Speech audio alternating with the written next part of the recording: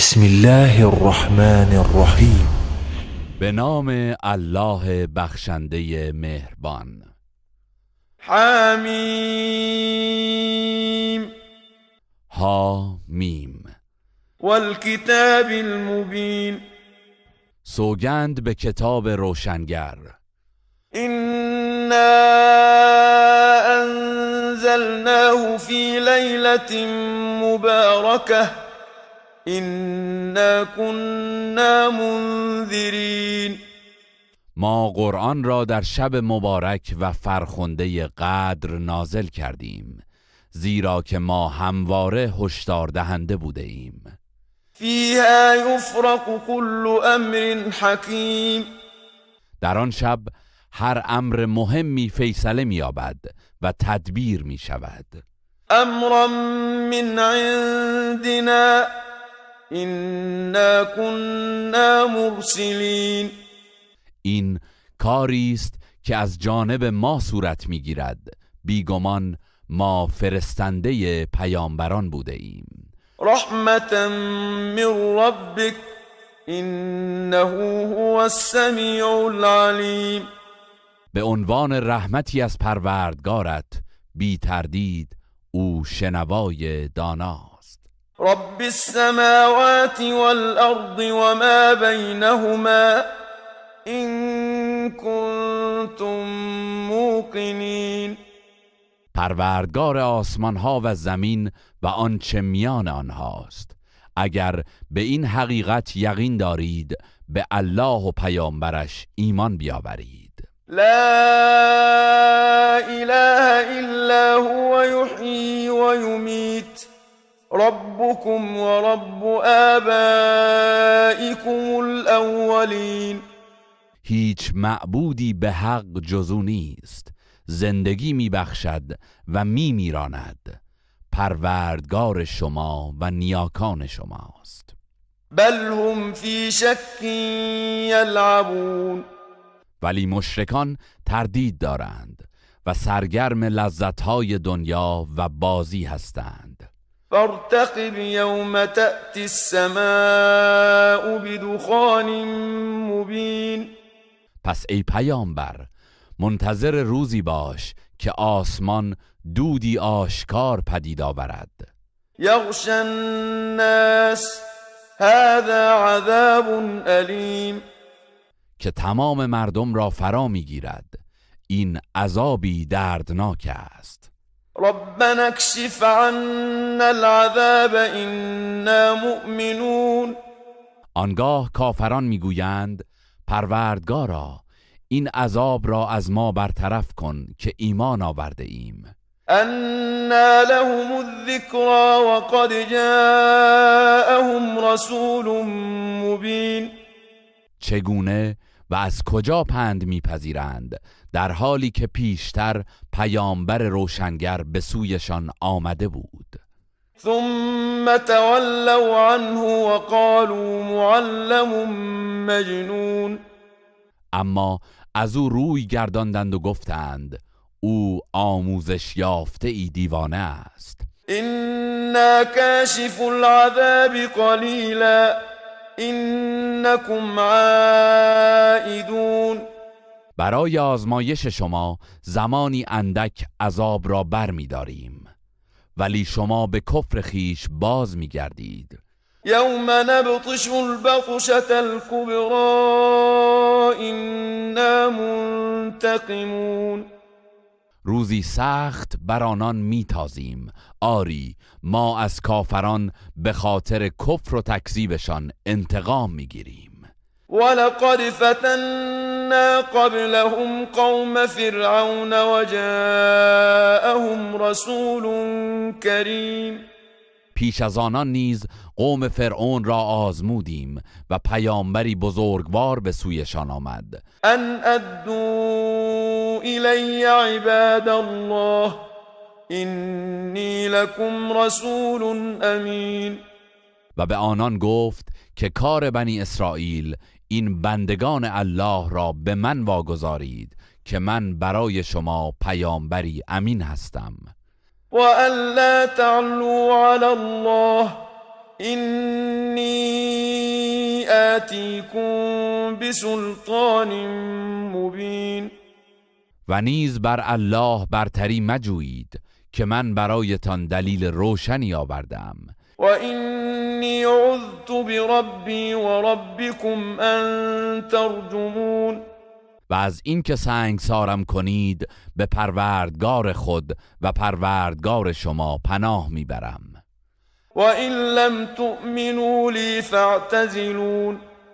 اگر به من ایمان نمی آورید پس از من کناره بگیرید و رهایم کنید. فدعا ربه ان هؤلاء قوم مجرمون.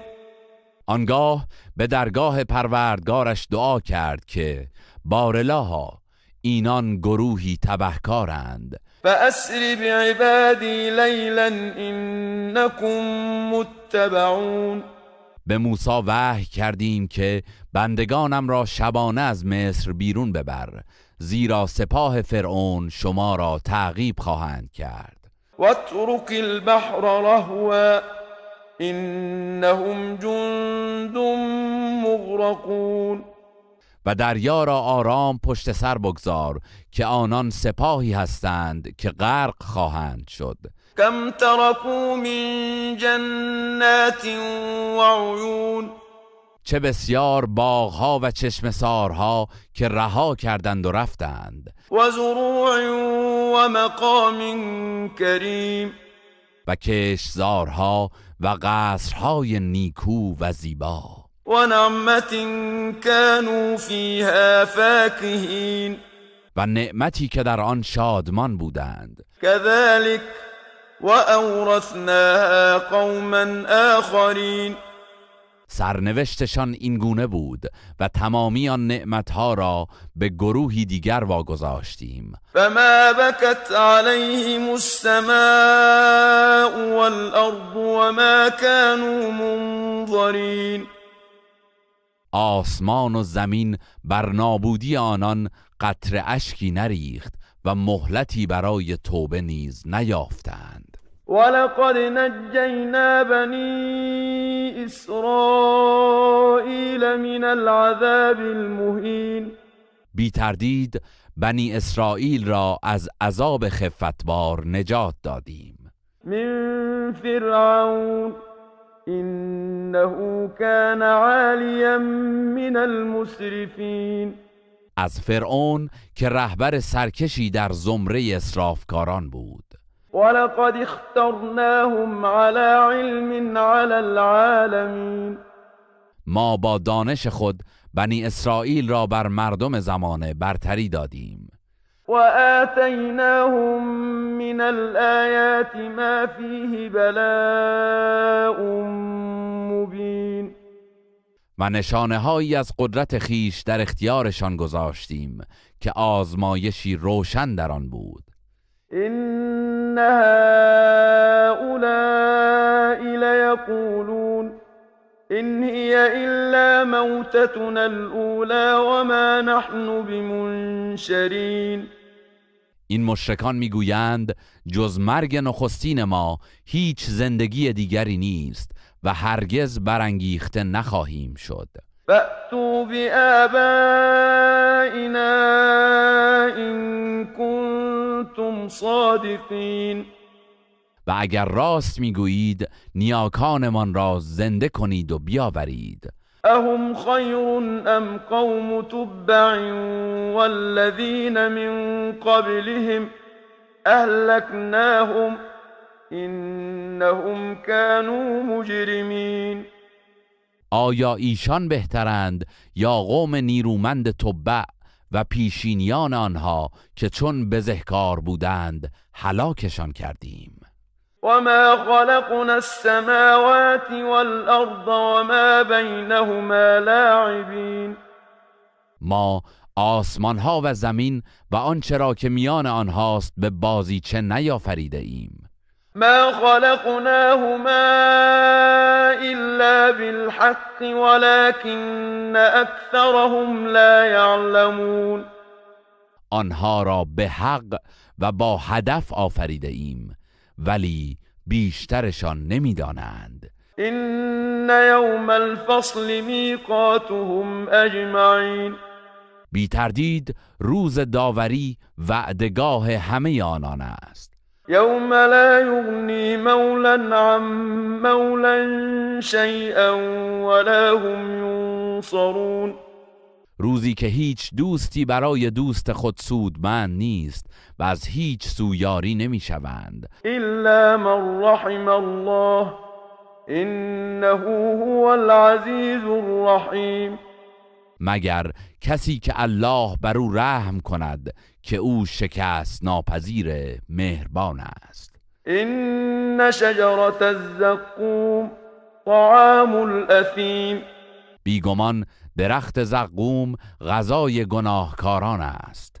كالمهل يغلي في البطون میوه‌اش از شدت حرارت همچون مس گداخته در شکمها می جوشد، كغلي الحميم مانند جوشش آب داغ. خذوه فاعتلوه إلى سواء الجحيم خطاب میرسد آن ستمکار را بگیرید و به میان دوزخ درافکنید.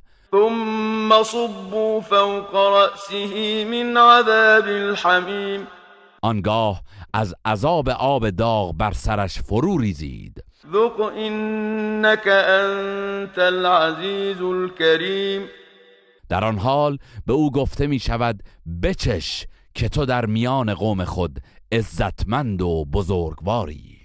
إن هذا ما كنتم به تمترون این همان سرنوشت دردناکی است که در موردش تردید داشتید. إن المتقين في مقام أمين یقینا پرهیزکاران در جایگاه امنی هستند. في جنات وعيون در میان باغها و کنار چشمسارهای بهشت. يلبسون من سندس واستبرق متقابلين لباسهایی از دیبای نازک و دیبای ضخیم می پوشند، در حالی که رویاروی یکدیگر به صحبت نشستند. كذلك وزوجناهم بحور عين چنین است وضع آنان و حوریان غزال چشم بهشتی را به همسری آنان در می آوریم. يدعون فيها بكل فاكهة آمنين در آنجا هر میوه‌ای که اراده کنند بی دغدغه در اختیارشان است. لا يذوقون فيها الموت إلا الموتة الأولى ووقاهم عذاب الجحیم. در بهشت طعم مرگ را نخواهند چشید جز همان مرگ نخستین و پروردگار مهربان از مجازات دوزخ برکنارشان داشته است. فضلا من ربك ذلك هو الفوز العظیم. این بخششی است از جانب پروردگارت و این همان کامیابی بزرگ است. فإنما يسرناه بلسانك لعلهم يتذكرون. ای پیامبر، ما قرآن را به زبان تو روان و آسان ساختیم، باشد که مشرکان پند گیرند. فارتقب إنهم مرتقبون. پس در انتظار وعده های الهی باش که بیگمان آنان نیز منتظرند.